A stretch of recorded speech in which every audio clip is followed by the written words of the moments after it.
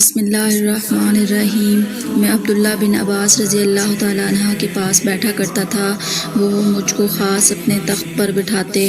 ایک دفعہ کہنے لگے کہ تم میرے پاس مستقل طور پر رہ جاؤ، میں اپنے مال میں سے تمہارا حصہ مقرر کر دوں گا۔ تو میں 2 ماہ تک ان کی خدمت میں رہ گیا۔ پھر کہنے لگے کہ عبدالقیس کا وفد جب نبی کریم صلی اللہ علیہ وآلہ وسلم کے پاس آیا تو آپ نے پوچھا کہ یہ کون سی قوم کے لوگ ہیں یا یہ وفد کہاں کا ہے؟ انہوں نے کہا کہ رابعہ خاندان کے لوگ ہیں۔ آپ صلی اللہ علیہ وآلہ وسلم نے فرمایا، مرحبا، اس قوم کو یا اس وفد کو نہ ذلیل ہونے والے نہ شرمندہ ہونے والے، یعنی ان کا آنا بہت خوب ہے۔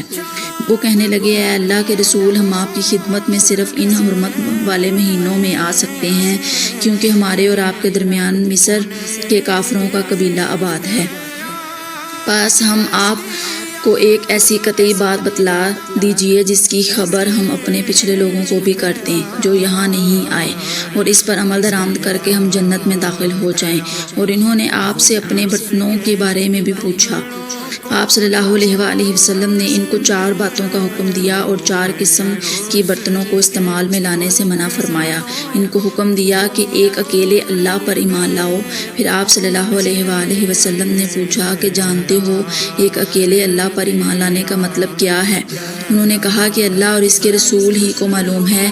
آپ صلی اللہ علیہ وآلہ وسلم نے فرمایا کہ اس بات کی گواہی دینا کہ اللہ کے سوا کوئی معبود نہیں اور یہ کہ محمد صلی اللہ علیہ وآلہ وسلم اس کے سچے رسول ہیں، اور نماز قائم کرنا اور زکوٰۃ ادا کرنا اور رمضان کے روزے رکھنا اور مال غنیمت سے جو ملے اس کا 5واں حصہ مسلمانوں کے بیت المال میں داخل کرنا۔